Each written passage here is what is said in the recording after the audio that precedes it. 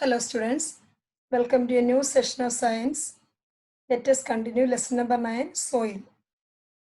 Students, you have learned about the water holding capacity of the soil and also water percolation capacity of the soil. Water holding capacity the same as water retaining capacity. Now some questions are given related to that. First we will see the questions. The first question, which soil would have the highest percolation rate? Percolation rate is the rate of water to drain out through the soil. And through sandy soil, water drains out very fast. So sandy soil has the highest percolation rate. And the next question, which soil would have the lowest percolation rate? Its answer is the soil that absorbs more water, that retains more water. That is clay soil. Clay soil has the lowest percolation rate. So sandy soil has the highest percolation rate, and the soil and clay soil has the lowest percolation rate. Now the next question is, Bujo heard from his neighbor that 8 to 10 days after the rain, the level of water in a pond or well rises. Which type of soil will allow water to reach a well faster and in greater amount? And the answer for this question is the soil which allows the water to percolate through it very fast. That now, sandy soil. So in the regions having sandy soil, after the rain, within a few days, within 8 to 10 days itself, we can notice an increase in the level of water in the wells and the ponds. Okay. If the area is having the sandy soil, then within a short time after the rain, we can see the increased water level in wells and ponds. Next question, which type of soil retains the highest amount of water and which retains the lowest or the least? And the clay soil retains the highest amount of water and sandy soil retains the least or the lowest amount of water. The retaining capacity of water is just opposite of water percolation capacity.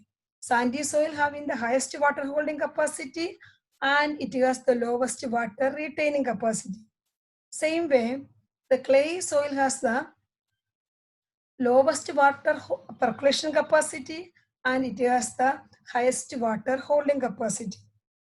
Now the next question is, can you suggest any method to let more rainwater percolate and reach the water underground? It's a good question. Now in some places, after the rain, especially in the summer season, there will be the shortage of water. This shortage can be minimized by utilizing the rainwater properly. If we construct rain pits or if we follow rainwater harvesting, we can increase the level of underground water. So either by constructing rain pits or by following rainwater harvesting, we can increase the level of underground water. Now what are rain pits? Rain pits are the pits dug in the soil, and in these pits the rainwater will be allowed to collect, and this water will be slowly percolating through the soil and it will help you to increase the groundwater level. Okay children, now we will see the soil and the crops. Different types of soil found in different parts of India. In some parts there is clay soil, in some parts there is loamy soil, while in some other parts there is sandy soil. There are mainly three types of soil: clay soil, sandy soil and loamy soil. And in different parts of India, different types of soils are found. Soil is affected by wind, rainfall, temperature, light and humidity. These are some important climatic factors which affect the soil profile and bring changes in the soil structure. The type of soil is mainly depending on many climatic factors like wind, rainfall, temperature, light means sunlight, and humidity. These climatic factors affect the type of soil present in an area. The climatic factors as well as the components of soil determines the various types of vegetation and crops that you might grow in any region.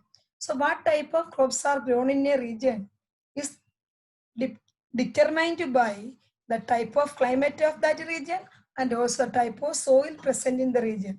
So understand children very carefully. The type of the crops depend on the climate of that region and also type of the soil present in the region.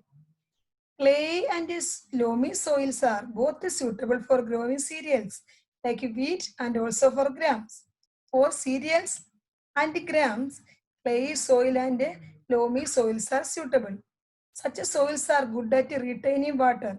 So what type of soil is needed for cereals? Cereals means food grains like wheat and rice.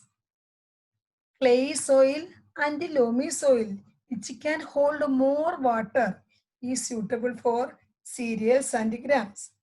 For paddy, soil rich in clay and organic matter and having a good capacity to retain water are ideal. Paddy means which crop? It is rice. Paddy is another name for rice. For rice, soil rich in clay and organic matter. Organic matter is a humus. And also having a good capacity to retain water are good. So for rice, what type of soil is good? Clay soil having high amount of humus and which has high amount to hold water is suitable for rice. For lentils and other pulses, loamy soils which drain out water easily are required. For lentils, loamy soil is fertile soil and also which drains out water easily are required. For cotton, sandy loam or loam which drains out water easily are required. Now, crops such as wheat are grown in the fine clay soil. And we have already seen for cereals, clay soil which can retain more amount of water is suitable because they are rich in humus and are very fertile.